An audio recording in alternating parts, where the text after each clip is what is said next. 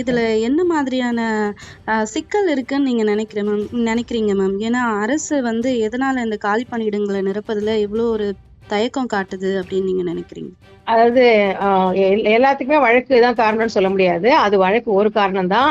ஆனா வந்து முக்கியமாக நிதி வந்து ரொம்ப மிக முக்கியமான பிரச்சனையாக இருக்கிறது. இப்ப பாத்தீங்கன்னா ஏற்கனவே இருந்ததை விட பல மடங்கு மருத்துவக் கல்லூரிகள் அதிகமா இருக்கும்போது இப்ப 2 மடங்கு மருத்துவக் கல்லூரியோட எண்ணிக்கை அதிகமாயிருக்குன்னா அப்ப பணியிடங்களை 2 மடங்கு அதிகரிச்சிருக்கணும்.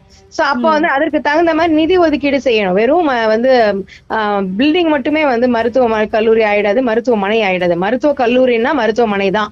மருத்துவமனையோடு இணைந்ததான் மருத்துவக் கல்லூரி. மருத்துவமனை என்பது மருத்துவக் கல்லூரிக்காக, மருத்துவமனை இல்லாமல் மருத்துவக் கல்லூரியும் இல்லாத ஒன்றோடு ஒன்று பின்னி பிணைந்தது. அப்ப மருத்துவக் கல்லூரியோட அங்கே பேராசிரியர்கள் மாணவர்கள் சொல்லிக் கொடுக்கறதுக்கும் டாக்டர்ஸ் வேணும், அங்கே மருத்துவமனைக்கு வருகின்ற நோயாளிகளுக்கு சொல்லி ட்ரீட்மெண்ட் பண்றதுக்கும் டாக்டர்ஸ் வேணும். அப்ப புதிய மருத்துவமனைகள் உருவாக்கப்படும் போது, மருத்துவக் கல்லூரிகள் உருவாக்கப்படும் பொழுது, அதோட சேர்ந்து அந்த திட்டத்துல அந்த பினான்சியல் கன்கரன்ஸ் வாங்கும் பொழுது இத்தனை பேர் அங்க வேலை செய்யறதுக்கு பணியிடங்கள், இத்தனை 100 பெட் இத்தனை பேர் தேவை, 1000 பெட் இத்தனை பேர் தேவைன்னா அதுக்கும் வந்து பினான்சியல் கன்கரன்ஸ் வாங்கி அதற்கான ரெக்ரூட்மெண்ட்டும் பண்ணணும்.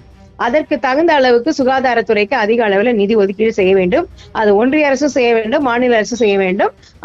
அந்த இடத்துல வந்து ஒரு மிகப்பெரிய சுணக்கம் இருக்குதுங்கிறத பார்க்கின்றோம். அடுத்தபடியாக வெளிப்படைத்தன்மை. இப்ப பாத்தீங்கன்னா கிட்டத்தட்ட 1500 2000 ஆரம்ப சுகாதார நிலையங்கள் இருக்கின்றன அப்படின்னா, ஆரம்ப சுகாதார நிலையங்கள் எத்தனை இருக்கின்றன, அதுல எத்தனை சாங்ஷன்டு போஸ்ட், எத்தனை பேர் வந்துட்டு இப்போதைக்கு பணியில் இருக்கிறாங்க, எத்தனை பேர் வந்து காலியிடமாக இருக்கிறது அப்படிங்கிறதுல ஒரு மிகப்பெரிய வெளிப்படைத்தன்மை வந்து தேவைப்படுகின்றது. இது ஒண்ணு. அடுத்தபடியாக வந்துட்டு இப்ப ப்ரொமோஷன்ல வந்து ஏன் இவ்வளவு பிரச்சனை வருது அப்படின்னு சொல்லி பாத்தீங்கன்னா, ஒன்றிய அரசுல எல்லாம் வந்து டைம் பவுண்ட் ப்ரொமோஷன் அப்படின்னு ஒண்ணு இருக்கு. 4 வருஷம் ஆனா 4 வருஷம் பணி முடிஞ்சுச்சுன்னா இந்த ப்ரொமோஷன், 9 வருஷம் சர்வீஸ் முடிஞ்சுச்சுன்னா இந்த ப்ரொமோஷன், 13 வருஷம் முடிஞ்சுன்னா இந்த ப்ரொமோஷன், அந்த மாதிரியான முறை வந்து தமிழ்நாட்டுல கொண்டு வரணும். அந்த மாதிரி இல்லாம வேகன்சி பவுண்டா இருக்கு.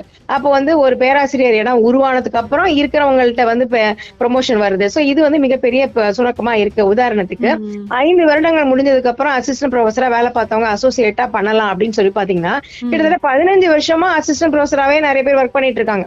அப்போ அவங்களுக்கு வந்து திடீர்னு வந்து அசோசியேட் ஆனா அசோசியேட் ப்ரொஃபஸர் வந்து 3 வருஷம் பணி முடிச்சாதான் ப்ரொஃபஸர் ஆக முடியும். அப்ப பெரும்பாலான எண்ணிக்கையில வந்து ஸ்டெப் லேடர் மாதிரி அது போயிட்டே இருக்கணும். எல்லா இடத்துலயும் சரியான அளவுல எண்ணிக்கையில ஆள் இருந்தாதான் அடுத்தவங்க ப்ரொஃபஸரா போகிறதுக்கு 3 வருஷம் முடிச்சவங்க இருப்பாங்க. சோ அப்படி இல்லாம 10 வருஷம் முடிச்சவங்க அசிஸ்டன்ட் ப்ரொஃபஸர் அசோசியேட் ஆறாங்க, 15 வருஷம் அசோசியேட் ப்ரொஃபஸர் ஆறாங்க அப்படின்னா, அப்ப அவங்க எல்லாம் 3 வருஷம் முடிச்சிருக்க மாட்டாங்க ப்ரொஃபஸர் ஆகிறதுக்கு. அப்ப ப்ரொஃபஸர் பணியிடங்கள் வந்து காலியாகிற ஒரு சூழல் ஏற்படும். சோ இது எல்லாமே வந்து ஒரு முழுமையான கண்ணோட்டத்தோட பார்க்க வேண்டுமே தவிர அத வந்து ஒரே ஒரு அதிகாரியோட குற்றமா மட்டும் சொல்ல முடியாது. இது வந்து மருத்துவக் கல்லூரி ஆரம்பிக்கும் பொழுதே அதுக்கு அங்கீகாரம் வேணும், இத்தனை பணியிடங்கள் வேணும் என்பதை உருவாக்கி அதுக்கு என்ன எங்கெங்க இடத்துல ஆள் இருக்காங்க, எப்படி எப்படி சரி பண்ணலாம் அப்படின்னு சொல்லி பண்ணணும். இது ஒரு பெரிய கஷ்டமான விஷயமே கிடையாது.